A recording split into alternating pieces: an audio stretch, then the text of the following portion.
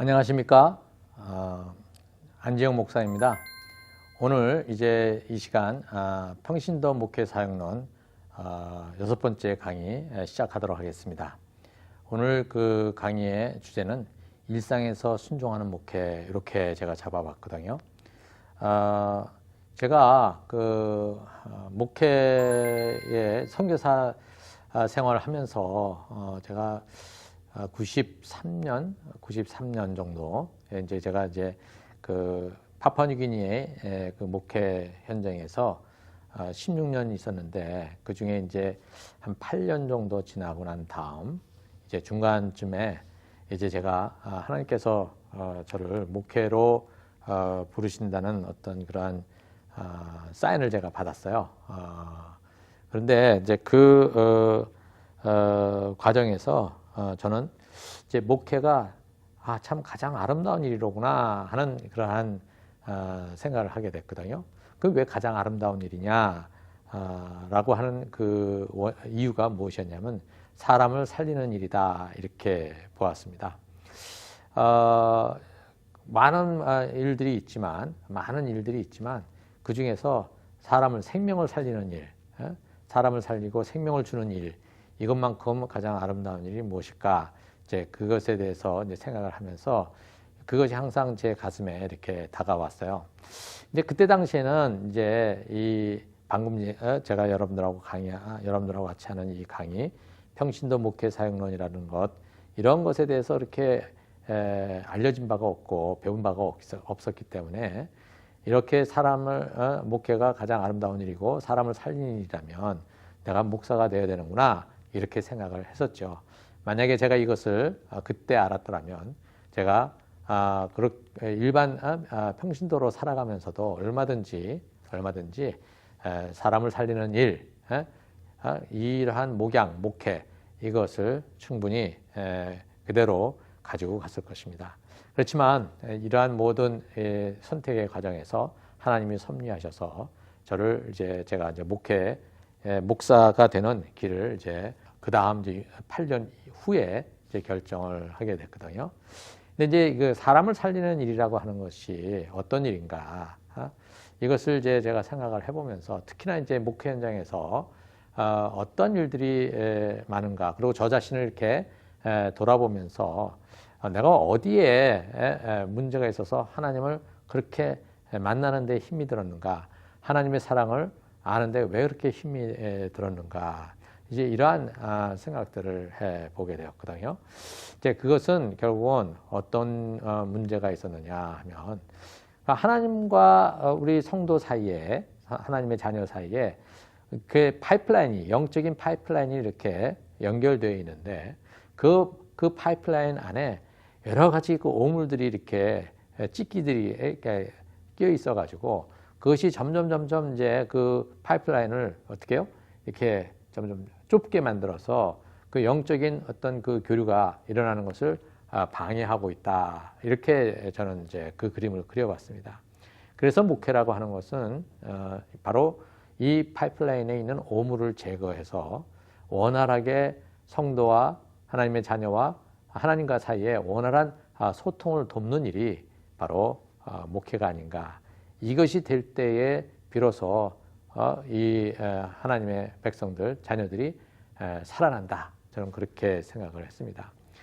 그렇지 않을 때 우리는 그리스도 안에 있으면서도 계속 어떻게 죄책감에 시달리고, 또 계속해서 어떤 의무감에 시달려서 아버지 하나님을 진짜 아버지로서 대하지 못하는 그러한 그 눈치 보면서 살아가는 그러한 신앙생활을 하는 경우가 많이 있거든요. 너희가 진리를 알지니 진리가 너희를 자유케 하리라, 이런 말씀이 있지 않습니까? 그래서 진리가 우리를 자유케 하는데, 우리는 실제로 진리를, 하나님의 말씀을 안다고 하면서도 자유로운 삶을, 진정한 의미에서의 그 해방된 삶, 죄로부터, 모든 어떤 사회적인 어떤 그 편견으로부터 우리 스스로가 자기 정체성을 제대로 알아서 그것을 관계없이 하나님의 사람으로 살아가는 그 자유로움을 경험하지 못한다는 것입니다. 근데 왜 그러냐? 진리를 알지 못하기 때문에, 제대로 알지 못하기 때문에 그렇다. 너희가 진리를 알지니 진리가 너희를 자유케 하리라. 진리가 자유케 하려면 우리가 진리를 제대로 알아야 되는데 그것을 제대로 모른다. 그럼 진리가 무엇이냐? 그냥 어떠한 인포메이션이 아니라 바로 이 진리라는 것은 바로 우리에게 주신 하나님의 편지, 이 말씀을 제대로 이해를 해야 된다. 이것을 이제 제가 보게 된 것이죠. 자, 이렇게 그 영적 파이프라인에 오물을 제거하기 위해서는 하나님의 말씀이 온전히 이렇게 드러나고 그걸 통해서 하나님이 누구신지, 예수 그리스도가 누구신지, 성령님이 누구신지, 그리고 우리가 어떠한 존재인지, 어떤 모습인지, 우리의 실체를 제대로 알리는, 그리고 이 세상이 어떤 모습인지를 말하고 있는 이 성경 말씀을 제대로 알아가는 것이 중요하다 이렇게 생각을 했어요. 그런데 또 한 가지 이제 이 목회에서 가장 더 중요한 것이 하나가 목회는 품어야 되는 거거든요. 아까도 제가 이렇게 생각을 해본 건데 그 품는다는 것은 과연 어떻게 하는 것이 품는 건가? 지난 시간에 제가 말씀을 드렸죠. 그 속사정을 알아야 된다. 또 은혜를 알아야 된다. 뭐 이런 얘기 쭉 해서 기다려야 된다. 뭐 이런 얘기를 쭉 했었는데요. 참 품어야 하는데 저 자신을 바라보면 참 그럴 수가 없다. 저는 그렇게 생각을 했어요. 왜? 저는 워낙 좀 날카로운 성격이었어요. 그래서 어떤 잘못된 것들을 보면 그것에 대해서 지적하고 그것이 바로 되는 것들을 위해서 이렇게 대면을 하고 이래서 어떤 고쳐나가는 그러한 것들이 저의 어떤 사명이라고 생각했었거든요. 그래서 실제로 이제 제가 속해 있었던 그룹이나 이런 데서 사실 저를 이렇게 푸근하게 생각하는 사람들이 별로 없었습니다. 근데 왜냐하면 제가 푸근하지 않은 사람이니까요. 그래서 근데 이제 목회라고 하는 현장은 어떤 현장이냐면 갖가지 문제들을 다 이렇게 보고 있어야 되는데 그것에 대해서 제가 하나하나 지적하고 또 그것을 고친다고 제가 시도를 하다 보면 그것은 결국은 아무것도 되지 아니하고 부작용만 일어난다는 것을 제가 그 선교 현장에서 제가 터득을 했기 때문에 참 그거 어렵다는 생각을 하게 됐어요. 그래서 제가 하나님 앞에 이제 이런 기도를 드렸습니다. 주님, 목회는 품어야 되는데 제 그릇이 품을 수 있는 그릇의 용기가 너무 작습니다. 그래서 이 작은 이 품는 용기를 가지고서는 품을 수 있는 이 작은 이 그릇을 가지고서는 저는 목회를 할 수가 없습니다. 제가 이제 이렇게 주님께 말씀을 드렸어요. 근데 주님께서 계속해서 이런 생각이 들 때마다 저에게 주셨던 생각은 무엇이었냐면 목회는 주님의 몫이고 순종은 저의 몫이라는 그러한 생각이 계속 들어왔어요. 그래서 이 문제를 가지고 계속 반복적으로 제가 주님 앞에 기도할 때마다 목회는 내가 한다. 네가 할 것은 내 말에 순종하는 것이다. 이러한 메시지가 계속해서 왔었거든요. 이렇게 하기를 거의 한 6년, 7년 그렇게 했던 것 같아요. 그러면서 이제 결국 이제 제가 목회 현장으로 들어가기로 결정을 하고 이제 목회를 이제 위해서 신학을 공부하고 그러고서 이제 2004년에 나눔교회를 이제 시작을 했습니다. 사실 저는 이 목회 현장에 들어오기 전에 참 목사에 대해서 굉장히 부정적인 생각을 많이 했었어요. 그리고 교회도 사실 많은 행사들 때문에 오히려 교회 나가는 사람들의 가족이 더 힘들어하는 것들을 이제 보면서 어떤 때는 제가 이런 얘기도 한 적이 있었거든요. 교회가 가정을 파괴하는 주범이다. 뭐 이런 식의 생각을 했었던 적이 있었어요. 이러한 것들에 제가 부정적으로 생각했던 그러한 현장으로 제가 이제 목사가 돼서 이제 들어가는 거 아니겠습니까? 자, 이런 속에서 지금 제가 이 목회는 주님께서 하신다고 그랬으니까 내가 순종할 게 뭘까? 이제 이런 생각을 항상 염두에 두고 이제 이 목회 현장에 있었습니다. 근데 처음에는 이러한 것이 목회는 주님이 하신다고 그랬고 순종은 내가 하는 것이니까 주님의 어떤 특별한 말씀에 내가 순종하는 것으로 생각을 했죠. 그래서 어떤 상황들이 생기게 되면 제가 주님 앞에 주님께서 목회하신다면서요. 주님께서 이 문제를 해결하십시오.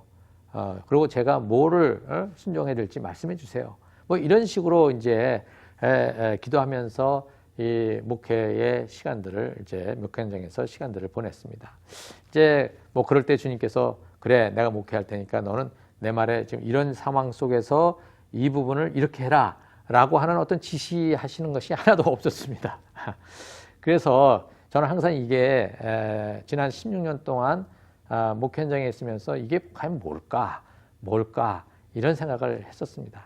목회는 주님께서 하신다고 그러고 순종은 나의 몫이라고 그러셨는데 뭘 어떻게 하는 것을 말씀하시는 건가 이제 이런 생각을 쭉 했었는데 이제 제가 이제 깨달은 게 하나가 있었습니다. 그게 뭐냐면 주님께서는 어떤 특별한 상황 속에서 하나님이 문제를 해결하시고 그 다음에 그것에 대해서 제가 어떤 순종하는 것 이것을 얘기하신 것이 아니로구나. 주님께서 말씀하셨던 그 의도는 무엇이었느냐. 제가 목회 현장에 들어가면서 계속적으로 일상 속에서 하나님의 말씀을 묵상하고 그 말씀에 순종하는 삶 이것을 주님께서 말씀하셨구나 라고 하는 것을 깨달았습니다. 이것이 그러면 일상 속에서 묵상한 말씀에 순종하는 삶이 어떻게 목회 현장에서 작동을 하는가 이것을 또 한번 생각을 해봤거든요. 근데 이렇게 여기에 이것을 생각해 보면서 나온 결론은 이것이었어요. 말씀과 삶의 일상화를 통해서 그러니까 말씀을 묵상하고 그 말씀을 따라서 그 말씀이 무엇을 뜻하는지를 잘 살펴서 그 하나님의 마음을 내 가슴에 안고 그다음에 일상의 삶 속에서 매일매일 그렇게 순종해가는 삶을 연습해가는 이 과정을 통해서 하나님은 제가 하나님의 마음을 가질 수 있고 하나님 나라의 가치가 무엇인지를 제 가슴속에 계속해서 각인시켜 주시는 그런 성숙함 이 성숙함이 곧 목회의 밑거름이 된다라고 하는 것을 이제 알게 된 것이었거든요. 지난 이렇게 그 목회 현장 속에서 그래도 제가 놓지 않았던 것은 이 말씀 그리고 그 다음에 그 말씀을 통한 순종 이 부분에 대해서 제대로 잘 되지는 않고 참 여러 가지로 넘어지기도 하고 또 지지부진한 모습들을 보긴 했지만 그래도 순간순간 계속해서 그것을 연습해 왔다는 사실 이것은 뭐 저 자신뿐만 아니라 우리 식구들이 그렇게 다 인정을 해주고 있어요. 그래서 우리 딸들이 저한테 무슨 얘기를 하냐면 아빠는 선교지에 있는 동안에 처음에 왔을 때와 그 다음에 지금 현재를 보게 되면 아빠가 많이 성숙했어 이런 얘기를 해줬거든요.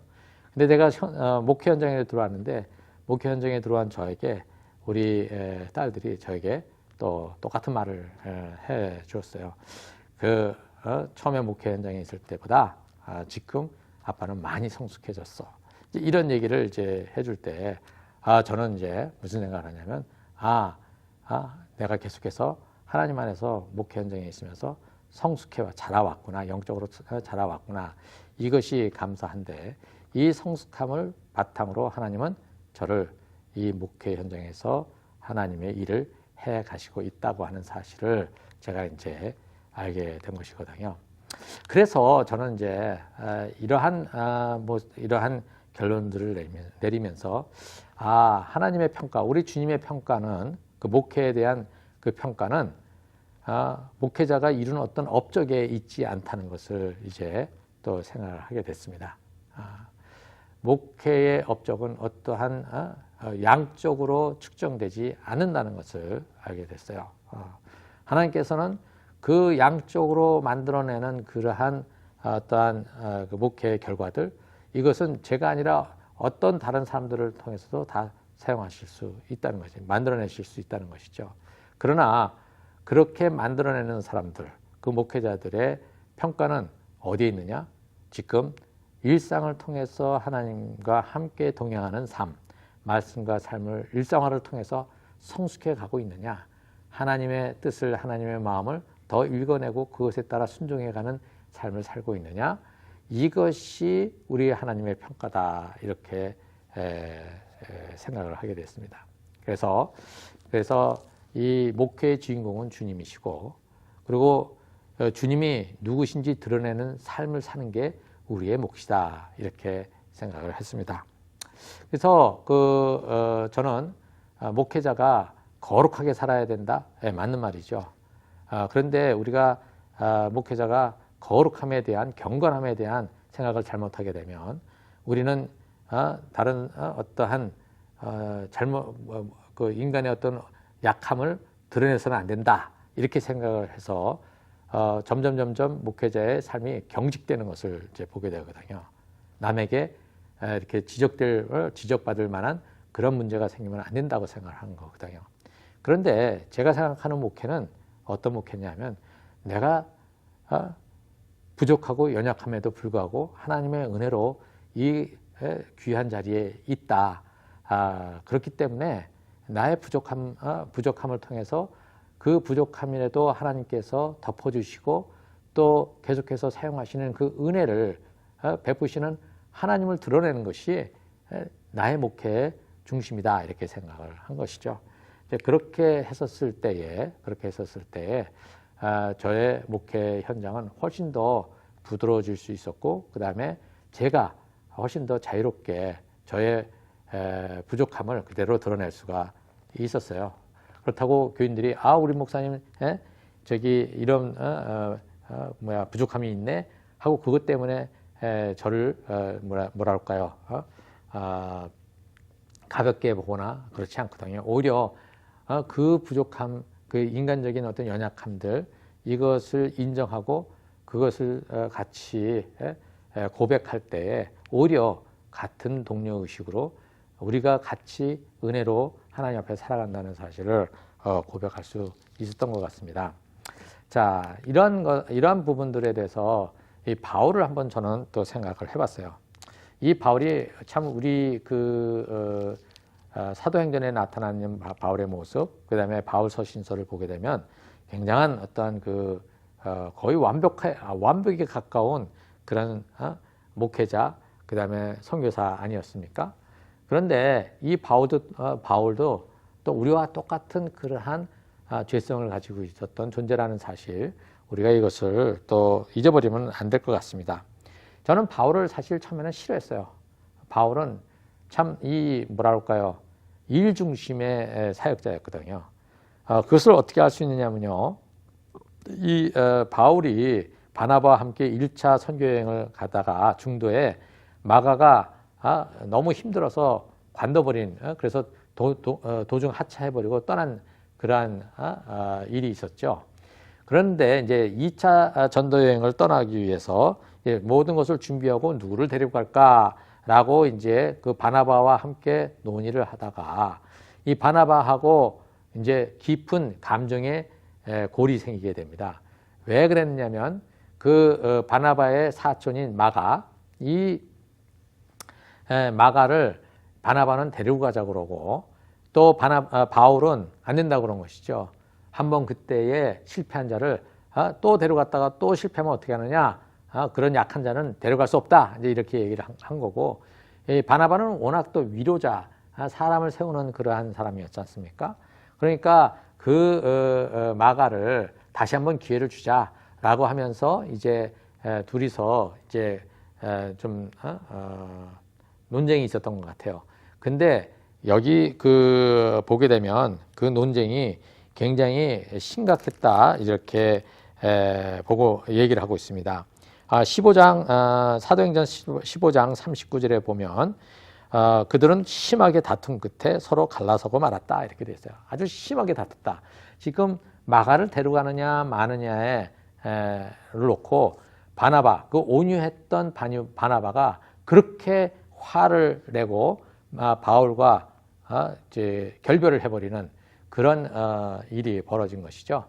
자, 이렇게 바울은 굉장히 일 중심의 사람이었죠. 그래서 이제 바나바가 떠나버리고 바울은 이제 마가 대신에 실라를 데리고서 이제 2차 선교 여행을 떠납니다. 이게 떠난 바울은 이제 루스드라 1차 선교 때에 방문했던 루스드라에서 그 디모데를 또 만나게 되는데, 이 디모데를 거기 장로들이 천거해서 이 디모데와 함께 가려고 하는데, 문제는 디모데가 할례바를 받지 않은 혼혈 유대인이었어요. 그래서 이제 주변에서들 이제 그 디모데가 유대인 회당에 들어가거나 이러기 위해서는 이제 할례를 받아야 된다, 이제 이렇게 얘기를 하게 된 것이겠죠.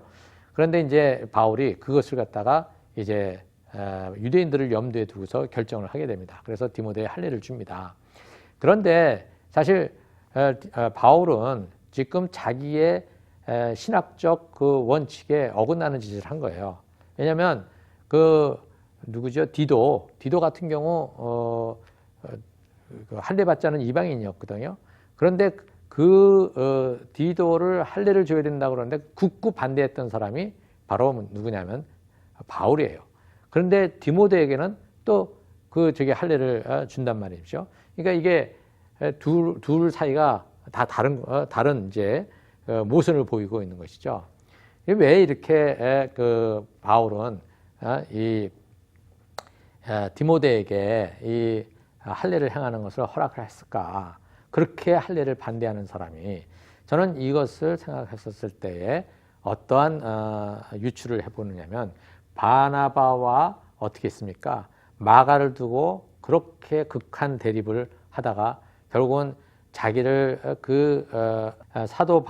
사도의 자리까지 올라가게 해준 바나바하고 관계가 끊어져 버리지 않았습니까? 이렇게 된 것에 대해서 바울은 아마 깊은 마음의 아픔을 가졌던 것 같아요.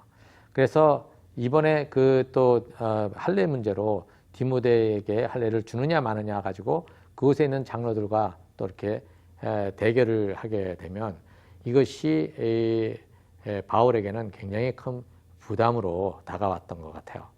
그래서 자기가 가졌던 그렇게 양보 없는 자기의 원칙, 할례는 반드시 할 수 없다, 이것에 대한 원칙을 자기가 스스로 무너뜨려 버리고 이 디모데에게 할례 주는 것을 허락을 하게 됩니다.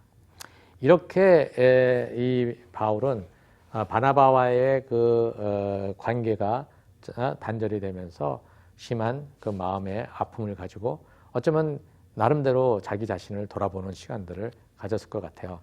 근데 그 이후 그다음에 이제 이 바울은 그 아시아 쪽으로 더 복음을 증거하러 가는데 성령께서 그것을 막으십니다. 막으셔서 가지 못하고 지금의 터키 서쪽 드로아라고 하는 그 해변 지역에까지 이렇게 밀려 거기까지 가게 되죠. 그런데 바울이 1차, 2차, 3차 선교 여행을 하면서 그 성령의 인도하심을 따라가는데 한 번도 막힌 적이 없어요. 근데 딱 한 번, 여기 지금 2차 선교 여행 때 지금 그 아시아 지역을 이제 지금 여행을 하면서, 지금의 터키의 지역을 여행을 하면서 계속 성령께서 인도하시는 길이 아니라 자기가 생각하는 길로 가다가 자꾸 막히는 그러한 일들이 벌어졌거든요. 그러니까 여기에는 어떤 원인이 있었을까 생각해 보면, 바울이 바나바와 함께 그렇게 사역했던 것을 저버리고 아주 심하게 싸우고 난 다음 혼자서 지금 이 길을 걸어갈 때에 바울 자신이 굉장히 영적으로 스스로가 지금 막혀 있는 그러한 상태.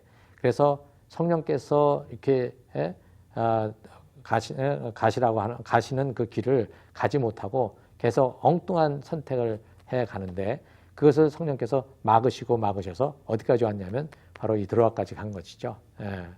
이 드로아 해변에서 이 바울은 얼마나 마음이 착잡했을까 한번 우리가 상상해 볼 수 있을 것 같아요. 자기와 같은 동역자와 싸움을 벌이고 그것으로 인해서 자기가 지금 그 성령과 함께 교통하는 이 자리가 막혀버린 상태. 그래서 그런 상황에서 지금 계속해서 선교의 사역을 해야만 하는 이러한 과정들, 이게 바울에게 굉장히 답답한 시간을 갖게 했다는 것이죠. 그런데 그 드로아에서 뭐예요? 환상을 보게 되죠. 마게도니아로 오라고 하는 그런 환상을 봤었을 때에 이 바울은 얼마나 기뻤을까. 다시 드디어 성령께서 자기에게 하시는 그 사인들을 보게 되고, 이것을 통해서 바울은 이제부터 다시 성령님과 함께 동행하는 그런 선교 사역을 이제 마게도니아로 건너가서부터 시작을 하게 됩니다. 이 터키에 있는 이 지방에 있는 동안에 바울은 정말 많은 것들을 고민하고 하나님 앞에 고백하고 자신의 그 문제들을 다시 한번 이렇게 되짚어보는 그런 시간들을 가졌을 것 같아요. 그래서 이 바울은 이 디모데를 데리고 가면서, 이 디모데가 어떤 사람이냐? 바로 마가처럼 그 마음이 약한 사람이에요. 그래서 사실 디모데는 마가보다도 훨씬 더 어떻게 해요? 영적으로 약골이었어요. 그래서 디모데가 그 에베소에서 이제 목회를 하고 있었을 때 이 바울이 보낸 편지를 통해서 보면 네가 어리다고 무시당하지 말아라, 뭐 이런 얘기를 하거든요. 그리고 디모데 후서 마지막 부분에 그 마지막 바울의 인생의 마지막 부분에 이제 쓴 그 편지 중에 하나가 디모데 후서인데, 디모데 후서에 보면은 네가 복음과 함께 고난을 받아라, 이런 얘기를 하고 있습니다. 이 바울이 디모데가 흔들리고 있을 때, 그 연약한 디모데가 흔들리고 있었을 때 계속해서 격려하면서 그를 하나님의 그 일꾼으로 계속해서 세워가는 바울의 모습이죠. 그러니까 일 중심에서 사람 중심으로 이렇게 바뀌어져 간, 전환해 간 바울의 모습을 보게 됩니다. 그래서 영적인 아들로 얘기하고 계속해서 그를 이렇게 인커리지하는 장면이 디모데후서에 참 많이 나와 있어요. 저는 이 바울이 어떻게 이런 모습으로 바뀌어갔을까? 어쩌면은 실라와 디도와 그다음에 누가 함께 동행했던 이 동역자들이 바울을 보고 처음에 바울을 봤었을 때 정말 숨이 막히는 그러한 바울의 모습을 보지 않았을까, 이렇게 생각을 합니다. 그런데 시간이 지나가면서 점점 바울의 어떤 인간적인 모습들이 점점 성숙해가는 것들을 바라보면서 아마 이 바울의 제자들이 이 바울이 바뀌는 것을 보면서 하나님이 살아계셨다, 하나님이 역사하시는구나 라고 하는 것을 이렇게 자기들끼리 얘기하지 않았을까, 이런 생각을 해봅니다. 이만큼 이 바울도 처음 시작할 때 뭔가 다 돼서 그런 사역을 한 것이 아니라, 그 사역을 시작하면서 바울은 점점 하나님의 사람으로 어떻게 해요? 성숙해가고 자라는 그러한 모습이었다는 것이죠. 이게 지금 우리가 이제 기억해야 될 부분인 것입니다. 저는 이제 선교지에 있을 때 루카스라고 하는 무당 출신의 그 형제가 있었어요. 근데 이 형제가 예수님을 믿게 되고, 근데 이 형제는 워낙 그런 데 아주 예민했었는지 하나님께서 하시는 음성을 너무나 잘 듣고 있어요. 근데 저는 이 형제를 가르친 그러한 그 스승이지만 저는 그러한 영적 경험을 그처럼 할 수가 없었거든요. 그래서 제가 하나님 앞에 이렇게 기도를 했어요. 아니 주님, 루카스는 이렇게 영적인 경험들을 하는데 하나님 음성을 이렇게 분명하게 듣는데 왜 저는 이렇지가 못합니까? 라고 하나님 앞에 계속해서 이제 항의를 하고 또 기도를 드렸는데, 어느 날 저에게 들어온 하나님의 주신 어떤 그런 생각은 이것이었습니다. 너는 이 성경이 있지 않느냐, 이 말씀이 있지 않느냐, 이거로 너한테 충분하다, 이렇게 저에게 이렇게 오는 생각이었어요. 저는 그때부터 이제 그 부분에 대해서 그 어떤 특별한 영적인 체험보다는 이제 이 말씀에 더 충실히 하려고 그때부터 이제 생각을 하게 되고, 그 말씀에 순종하는 연습을 계속해서 하려고 애를 썼습니다. 근데 이 말씀을 알고 그 말씀에 순종하는 삶을 살아간다. 이것은 왜 필요하냐? 우리가 순종한다는 게 쉽지가 않지 않습니까? 하나님의 은혜를 안다면 우리는 보통 이렇게 생각해요. 하나님의 은혜를 알기 때문에 말씀에 순종한다. 이렇게 생각을 하잖아요. 그런데 이게 계란이 먼저냐 달걀이 먼저냐 이런 것 같아요.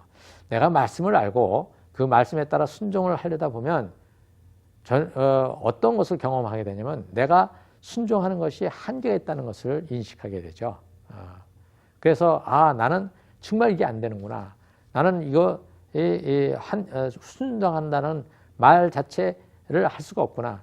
며칠은 좀 가다가 뭐냐면 한 3일 정도는 이제 하다가 그 다음에 또 다시 제 자리로 돌아오는 모습들 이런 것들이 우리를 갖다가 참 낙담하게 만들고 그렇습니다. 그래서 나는 변하지 않아 이런 생각을 하게 되거든요. 그런데 그때가 바로 하나님의 은혜를 이제 알게 되는 순간이라는 것이죠. 내가 말씀에 순종하는 연습을 하다 보면 자꾸 그것이 안 된다는 것을 알고 나의 한계를 인식하게 될 때 그 한계를 인식을 하게 되면 내가 참으로 죄인이라고 하는 사실을 뭐랄까요? 고백할 수밖에 인정할 수밖에 없지 않습니까? 바로 이러한 죄인임을 주님 앞에 고백할 때 주님께서는 무엇을 내려주시냐면 용서의 은혜, 그 다음에 이해하신다는 은혜. 제가 아브라함의 얘기에서도 말씀드렸고 이렇게 하나님께서 품으시는 은혜를 알게 된다는 것이죠. 그 은혜를 알게 되면 우리는 그것에 또 감격해서 다시 또 어디로 가느냐면 그 말씀과 삶의 자리에 일상 속에서 말씀과 삶의 자리로 우리가 다시 들어가는 힘을 얻게 된다는 것입니다. 이것이 바로 우리 목회의 현장이다. 이렇게 우리가 이제 생각을 하면 좋겠습니다.